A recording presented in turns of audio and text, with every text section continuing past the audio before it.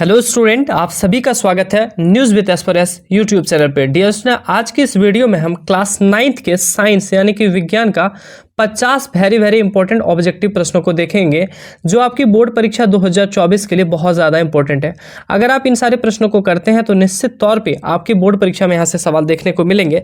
साथ ही साथ प्यारे बच्चों, हम आपको बता दें कि 2024 में होने वाली बोर्ड परीक्षा में कुल 40 ऑब्जेक्टिव प्रश्न पूछे जाएंगे प्रत्येक विषय से।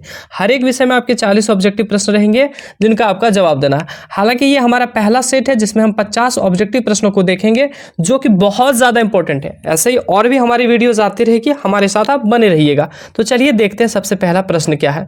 तो देखिए, पहला प्रश्न है कि त्वरण का एसआई मात्रक क्या है। तो प्यारे बच्चों, आपको पता होगा कि त्वरण का एसआई मात्रक क्या होता है। तो मीटर पर सेकंड स्क्वायर होता है, मीटर प्रति सेकंड स्क्वायर होता है, या फिर ये कहीं कहीं इस तरह से भी लिखा रहता है मीटर प्रति सेकंड स्क्वायर। तो इसमें आपको कंफ्यूज नहीं होना है, ऑप्शन नंबर सी हो जाएगा इसका करेक्ट आंसर। अगला है वेग में परिवर्तन की दर है। तो वेग में परिवर्तन की दर को ही क्या कहते हैं? त्वरण कहते हैं। ऑप्शन नंबर सी हो जाएगा दूसरे प्रश्न का भी। वेग में परिवर्तन के दर को ही क्या कहते हैं? त्वरण कहते हैं। अगला प्रश्न है, एक कार 2 घंटे में 100 सेंटीमीटर की दूरी तय करती है, इसकी औसत चाल क्या है? तो यहाँ पे किलोमीटर होना था, सेंटीमीटर है, ठीक है। तो एक कार 2 घंटे में प्यारे बच्चों 100 किलोमीटर की दूरी क्या करती है? तय करती है। तो उसकी औसत चाल, तो औसत कैसे निकालते हैं हम लोग? जितने घंटे उससे भाग दे देंगे, यानी कि 50 किलोमीटर पर आवर की स्पीड से जो है वो क्या होगी? कार चल रही होगी, ठीक है। अगला प्रश्न है चौथा नंबर हमारे सामने प्रश्न है कि 2 किलोग्राम द्रव्यमान वाली वस्तु को 5 मीटर प्रति सेकंड स्क्वायर की दर से त्वरित करने पर कितना बल लगेगा या कितनी बल की आवश्यकता होगी? तो देखिए, एफ पूछा है यानी कि फोर्स पूछा है। यहाँ पे आपको एक्सेलरेशन ए दिया है, त्वरण दिया है, और यहाँ पे मास दिया है। तो आपको पता होगा कि फोर्स बराबर क्या होता है? मास गुने एक्सेलरेशन। तो मास यानी कि वजन कितना है? 2 kg, और एक्सेलरेशन यानी कि त्वरण कितना है? 5। तो 2 गुने 5 प्यारे बच्चों 10 होता है। और आपको पता होगा कि फोर्स का जो एसआई मात्रक है वो न्यूटन होता है, यानी कि सही जवाब कौन सा हो जाएगा? बी नंबर 10 न्यूटन, ठीक है। अगला प्रश्न है, चंद्रमा की सतह पर किसी वस्तु का भार पृथ्वी की सतह पर उसके भार का कितना गुना होगा? तो ये 1/6 गुना होता है। प्यारे बच्चों, अगर आप यहाँ पे 6 kg का है तो चंद्रमा पर 1/6 यानी कि 1 kg का आपका वजन हो जाएगा। ऑप्शन नंबर डी इसका सही आंसर हो जाएगा, ठीक है। अगला प्रश्न है कि धनुष की तानित डोरी में कौन सी ऊर्जा संचित होती है? धनुष की जो तानित डोरी होती है उसमें कौन सी ऊर्जा होती है? तो स्थितिज ऊर्जा होती है। ऑप्शन ए सही होगा। अगला प्रश्न है 7वां नंबर, किसी वस्तु का वेग दोगुना कर दिया जाए तो इसकी गतिज ऊर्जा कितनी होगी या गतिज कितनी होगी? तो याद रखिएगा, किसी वस्तु की अगर वेग को दोगुना कर दिया जाए तो प्यारे बच्चों, जो आपका वेग को, वेलोसिटी को अगर दोगुना कर दिया जाए तो गतिज जो होगी वो कितनी हो जाएगी, ये पूछा जा रहा है। तो ये क्या हो जाएगा इसका आंसर हो जाएगा चौगुनी, ठीक है। तो 4 गुना हो जाता है। अगला, इनमें से क्या पूछा जा रहा है? तरंग वेग, तरंगदैर्घ्य तथा आवर्ती के बीच संबंध क्या है? तो तरंग वेग को v से दिखाया गया है, तरंगदैर्घ्य को लैम्डा से, और n से इसको दर्शाया गया आवर्ती को। तो इसके बीच सही संबंध क्या है? तो आपको पता होगा कि जो वेग होता है प्यारे बच्चों, वो लैम्डा इंटू एन होता है। क्या होता है? लैम्डा इंटू एन होता है। Right answer option number A हो जाएगा 8वें नंबर प्रश्न का। 9वां नंबर प्रश्न है प्यारे बच्चों, ऊर्जा का व्यावसायिक मात्रक पूछा जा रहा है। तो ऊर्जा का जो व्यावसायिक मात्रक है वो कौन सा हो जाएगा? वाट हो जाएगा। ऑप्शन नंबर डी इसका सही आंसर हो जाएगा। 10वां नंबर प्रश्न है प्यारे बच्चों, सार्वत्रिक गुरुत्वीय स्थिरांक जी का एसआई मात्रक क्या है? बड़ी जी का पूछा जा रहा है। तो बड़ी जी का एसआई मात्रक पूछा जा रहा है, तो इसका सही कौन सा आंसर हो जाएगा? Option number C, newton metre square पर केजी स्क्वायर। ये होता है बड़ी जी का मान, न्यूटन मीटर स्क्वायर पर केजी स्क्वायर, ठीक है। अगला 11वां नंबर प्रश्न है। 11 नंबर दिया गया है कि यदि किसी पिंड का विस्थापन शून्य है तो बल द्वारा उस पिंड पर किया गया कार्य कितना होगा? तो ये इसका कहीं क्या आंसर हो जाएगा? इसका भी आंसर हो जाएगा 0। विस्थापन अगर शून्य है, यानी कि अगर कोई, हम लोग फोर्स किसको कहते हैं? बल किसको कहते हैं? कार्य किसको कहते हैं? पहले बच्चों, हम लोग कार्य कहते हैं किसी वस्तु एक जगह से दूसरी जगह अगर विस्थापित होगी तभी हम लोग क्या बोलते हैं कि कार्य हुआ है। तो यहाँ पे विस्थापन क्या बोला है? शून्य है, यानी कि वस्तु एक जगह से दूसरी लीजिएगा नहीं गई है, और जब नहीं जाती है तो अगर कार्य ही नहीं हुआ तो क्या होगा, 0 जूल होगा। ठीक है, अगला प्रश्न है निम्न में से किसका जड़त्व अधिक है। जड़त्व पूछा जा रहा है, इनर्शिया जो है किसका अधिक है। देखिए साइकिल का, कार का, बस का, रेलगाड़ी का, तो रेलगाड़ी का इनर्शिया क्या है, ज़्यादा है क्योंकि बड़ा है, तो इसलिए रेलगाड़ी का जड़त्व क्या होगा, अधिक होगा। अगला प्रश्न है द्रव्यमान और वेग के गुणनफल को क्या कहते हैं। द्रव्यमान और वेग के गुणनफल को क्या कहते हैं, तो ये पूछा जा रहा है। तो प्यारे बच्चों मास इंटू वेलोसिटी पूछा जा रहा है, मास इंटू वेलोसिटी। तो मास और वेलोसिटी के जो गुणनफल होते हैं उसको हम लोग क्या बोलते हैं, संवेग बोलते हैं। क्या बोलते हैं, संवेग बोलते हैं। ठीक है, मोमेंटम जिसको बोलते हैं इंग्लिश में। 14वां नंबर प्रश्न है ध्वनि तरंगे होती है। ध्वनि की जो तरंगे होती है कैसी होती है प्यारे बच्चों, ये पूछा जा रहा है। तो अनुप्रस्थ तरंग होती है। कैसी तरंगे होती है, अनुप्रस्थ तरंग ध्वनि की तरंगे होती है। अगला प्रश्न है बहुत ज्यादा इंपॉर्टेंट है कि सामान्य मनुष्य के कानों के लिए श्राव्यता परास कितना है। श्राव्यता परास यानी कि सुनने के जो परास है वो कितना है, तो आप लोग पढ़े होंगे कि 20 हर्ट्ज से लेकर 20,000 हर्ट्ज से 20 HZ यानी कि 20 हर्ट्ज से लेकर 20,000 HZ तक। ठीक है, 20,000 HZ। देखिए यहाँ 2000 है, यहाँ भी 2000 है, यहाँ 20,000 है, लेकिन इधर 200 है, तो 20 हर्ट्ज से 20,000 ऑप्शन नंबर ये हो जाएगा सही आंसर।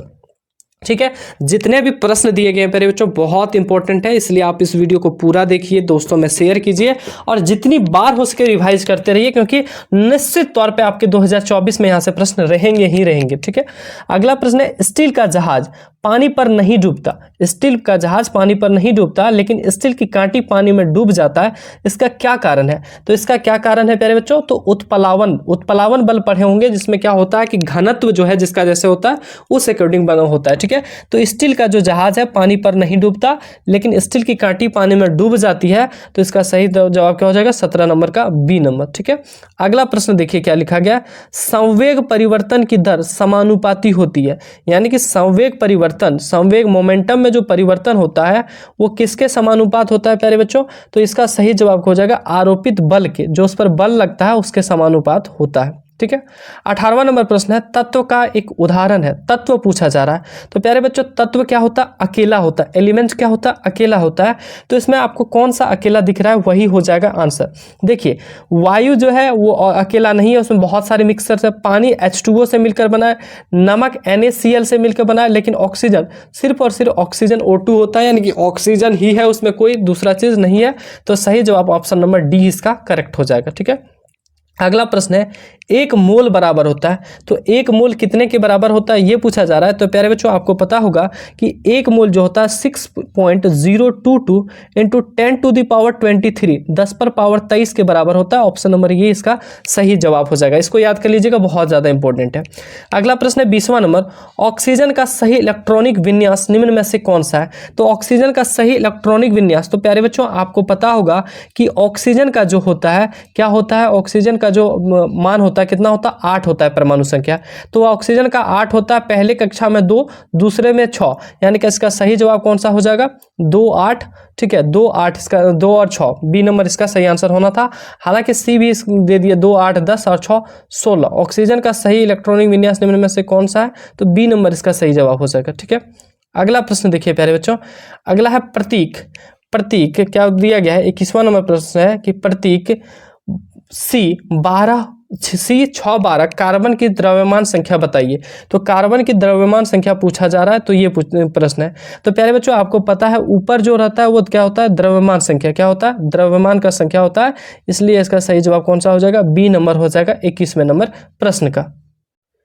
23वां नंबर हमारे पास सवाल है, 22वां नंबर सवाल है प्यारे बच्चों कि यदि किसी तत्व का परमाणु क्रमांक A तथा परमाणु द्रव्यमान Z है, यानी कि परमाणु की जो संख्या है वो कितना है A तथा द्रव्यमान जो है Z है, तो उसके परमाणु में उपस्थित न्यूट्रॉन की संख्या पूछा जा रहा है। तो वो कैसे निकलता है प्यारे बच्चों, आपको पता होगा न्यूट्रॉन की संख्या के लिए हम लोग परमाणु क्रमांक में से द्रव्यमान को क्या करते हैं, माइनस कर देते हैं। तो सही जवाब हो जाएगा ऑप्शन नंबर सी। ठीक है, किस अवस्था में अणुओं की ऊर्जा अधिकतम होती है।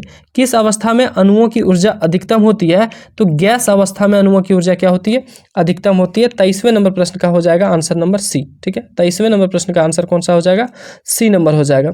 अगला हमारे पास 24वां नंबर सवाल है कि 10 डिग्री तापक्रम बराबर है, तो 10 डिग्री तापक्रम किसके बराबर है ये पूछा जा रहा है। तो इसका सही जवाब क्या हो जाएगा, 283 केल्विन, 283 केल्विन के बराबर है। ये कैसे निकलता है हम इसमें डिटेल वीडियो भी लाएंगे, आप टेंशन नहीं लीजिए, ठीक है। आप वीडियो को देखते रहिए, हम जल्द ही एक कोशिश करेंगे एक डिटेल वीडियो लाएं कि किस तरह से आप सेल्सियस को जो है केल्विन में बदलते हैं।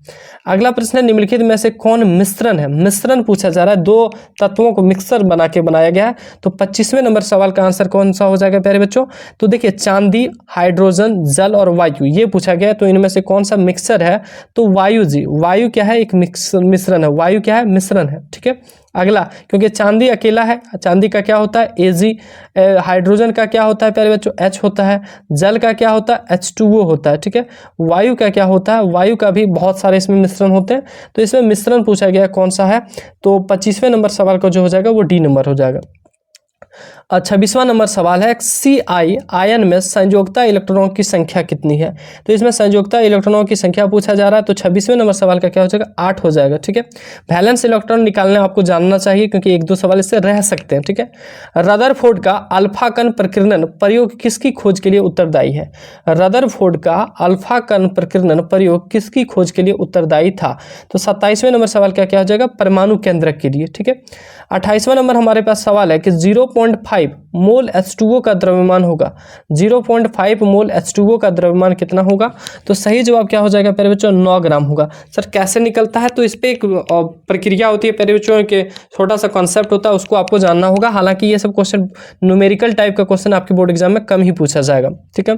29वां नंबर सवाल है, निम्नलिखित में से कौन कपड़ा गर्मियों के समय में अधिक आरामदेह होता है। कौन सा कपड़ा होता है गर्मियों के समय में अधिक आरामदेह, तो आप पढ़े होंगे प्यारे बच्चों, सूती का कपड़ा, ऑप्शन नंबर सी इसका सही जवाब हो जाएगा। 30वां नंबर आप सवाल है प्यारे बच्चों, निम्नलिखित मिश्रणों में से विलयन की पहचान करें। तो विलयन की पहचान करना है, तो आप देखिए मिट्टी, समुद्री जल, कोयला और वायु। विलयन यानी कि प्यारे बच्चों एक तरह का सॉल्यूशन एक तरह का है। तो सॉल्यूशन कौन है, समुद्री जल, बी नंबर इसका क्या हो जाएगा, सही आंसर हो जाएगा। 31वां नंबर आपके पास प्रश्न है प्यारे बच्चों कि कैनाल किरणें किसका किरण पुंज है। तो कैनाल किरणें प्रोटॉन का किरण पुंज है, ए नंबर सही हो जाएगा। अगला है, किसी तत्व के परमाणु में 18 न्यूट्रॉन और 17 प्रोटॉन है, तत्व का परमाणु द्रव्यमान कितना होगा। तो प्यारे बच्चों द्रव्यमान कैसे निकलते हैं, न्यूट्रॉन प्लस प्रोटॉन की संख्या, यानी कि 18 प्लस 17 35 हो जाएगा इसका राइट आंसर।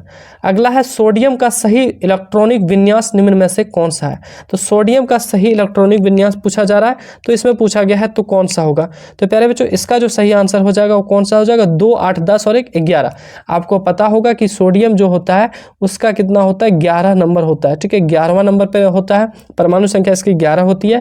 और इलेक्ट्रॉनिक विन्यास में कैसा होता है, पहले कक्षा में 2, दूसरे में 8 और उसके बाद फिर ऐसे ही चलते रहती है। तो 2, 8, 10 और 1, 11, ठीक है। अगला है, 1 ग्राम H2O में अणुओं की संख्या। 1 ग्राम H2O में पूछा जा रहा है कि अणुओं की संख्या कितनी होगी। तो प्यारे बच्चों इसका सही जवाब कौन सा हो जाएगा, तो इसका सही जवाब आपको देखना पड़ेगा कौन सा हो जाएगा। तो 1.8 ग्राम पूछा गया है, तो सही जवाब हालांकि इसका डी नंबर हो जाएगा, 6.022 × 10⁻22 हो जाएगा इसका राइट आंसर, ठीक है प्यारे बच्चों। 10⁻22 हो जाएगा इसका राइट आंसर 34 का। ये निकालने आपको आना चाहिए, एक दो सवाल रह सकते हैं इस पे, ठीक है। ये सवाल पूछा गया है बहुत बार कि आत्महत्या का थैला किसे कहा जाता है। तो प्यारे बच्चों आपको पता होना चाहिए आत्महत्या का जो थैला है वो किसे कहा जाता है, तो लाइसोसोम को कहा जाता है। किसको प्यारे बच्चों, तो लाइसोसोम को आत्महत्या का क्या कहा जाता है, थैला कहा जाता है। अगला है, कोशिका का पावर हाउस। कोशिका का पावर हाउस कौन होता है, तो माइटोकॉन्ड्रिया होता है कोशिका का पावर हाउस, ठीक है। अगला प्रश्न है, ट्रैकिड्स जो है पाए जाते हैं, ट्रैकिड्स पाए जाते हैं किसमें पाए जाते हैं, ये सवाल है। तो ट्रैकिड्स प्यारे बच्चों जाइलम में पाए जाते हैं, ऑप्शन नंबर ए सही जवाब हो जाएगा। मलेरिया का रोगवाहक कौन है, तो मलेरिया का रोगवाहक पूछा जा रहा है, तो आपको पता होना चाहिए मलेरिया किससे फैलती है, तो मच्छर से, इसका बी नंबर सही जवाब हो जाएगा। 39 नंबर प्रश्न है, ओजोन गैस पाई जाती है। तो ओजोन गैस कहाँ पाई जाती है प्यारे बच्चों, तो समताप मंडल में। किस मंडल में, समताप मंडल में पाया जाता है। आपको पता होगा कि हम इस तरह से इसको 5-6 भाग में डिवाइड करते हैं तो उसमें से बहुत सारे मंडल होते हैं, ठीक है। तो समताप मंडल में क्या पाया जाता है, समताप मंडल में पाया जाता है ओजोन गैस, ठीक है। अगला है पौधों द्वारा संश्लेषित पदार्थ कहलाते हैं, पौधों द्वारा संश्लेषित पदार्थ क्या कहलाते हैं प्यारे बच्चों, तो जैव रसायन कहलाते हैं। देखिए चट्टान कहलाएंगे, नहीं कहलाएंगे, फल कार्बोहाइड्रेट नहीं, जैव रसायन कहलाएंगे। 41वां नंबर हमारा सवाल है कि एक सूक्ष्म पोषक तत्व है, सूक्ष्म पोषक तत्व इसमें से कौन सा है, तो जस्ता इसमें से एक सूक्ष्म पोषक तत्व है, ठीक है। 42वां नंबर सवाल है पादप और जंतु कोशिका में प्रमुख अंतर है, पादप और जंतु कोशिका में से प्रमुख अंतर क्या है ये पूछा जा रहा है। तो कौन सा अंतर है प्यारे बच्चों, तो गति संबंधी अंतर। देखिए पोषण तो पादप में भी होती है, यानी कि पेड़ पौधे में भी और जंतुओं में भी पोषण होती है। वृद्धि देखिए प्यारे बच्चों पादप में भी होती है और जंतुओं में भी होती है। श्वसन यानी कि सांस पादप भी लेते हैं और जंतु भी लेते हैं। लेकिन गति संबंधी जो है इंसान जो है, जो जंतु है वो गति कर सकते हैं, एक जगह से दूसरे जगह जा सकते हैं। लेकिन क्या पेड़ पौधे पादप एक जगह से दूसरे जगह जाते हैं, नहीं जानते हैं। तो प्रमुख अंतर क्या हो जाएगा, ऑप्शन नंबर 20 का सही हो जाएगा, ठीक है।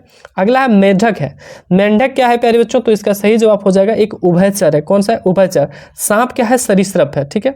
अगला प्रश्न है एक विश्वव्यापी बीमारी है, यानी कि वर्ल्ड वाइड, पूरे जो वर्ल्ड वाइड है ये कौन सी बीमारी है, तो प्यारे बच्चों इसका सही जवाब हो जाएगा 24 नंबर का डी नंबर। एड्स जो है एक विश्वव्यापी बीमारी है। हालांकि यहाँ पे अब एड्स के जगह कोरोना भी अगर दे दे कोविड-19 तो याद रखिएगा ये भी एक विश्वव्यापी बीमारी में आ जाता है कोविड-19, ठीक है। अगला है एक संक्रामक रोग है, संक्रामक रोग प्यारे बच्चों कहते हैं जो एक दूसरे से क्या होता है फैलता है, तो कौन सा है, तो हैजा, हैजा जो है एक दूसरे से फैलता है। जैसे कोविड-19 भी क्या होता था, फैलता था।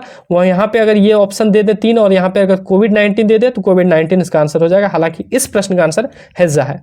ओजोन क्या है ये पूछा जा रहा है प्यारे बच्चों, ओजोन क्या है, तो ओजोन प्यारे बच्चों कौन सा है, एक गैस है। क्या द्रव है, नहीं जी। वाष्प है, नहीं। ठोस है, नहीं। क्या है, गैस है। ओजोन क्या है, गैस है, ठीक है। ईडीबी क्या है, ईडीबी क्या है, तो ये पूछा जा रहा है। तो प्यारे बच्चों आपको पता होना चाहिए ये क्या है, धूमक है, ठीक है।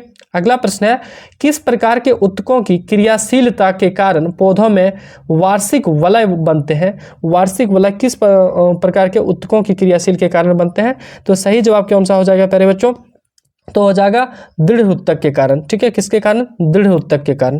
49वां नंबर और 50वां दो अंतिम सवाल हैं आपके, बहुत ज़्यादा इंपॉर्टेंट है कि वायुमंडल में नाइट्रोजन की प्रतिशतता कितनी है। तो आप पढ़ते आ रहे हैं बचपन से क्लास 6 से ही कि 78% नाइट्रोजन है, 21% क्या है, 71% नाइट्रोजन, 78% नाइट्रोजन, 21% ऑक्सीजन और 0.03% क्या है, कार्बन डाइऑक्साइड, ठीक है।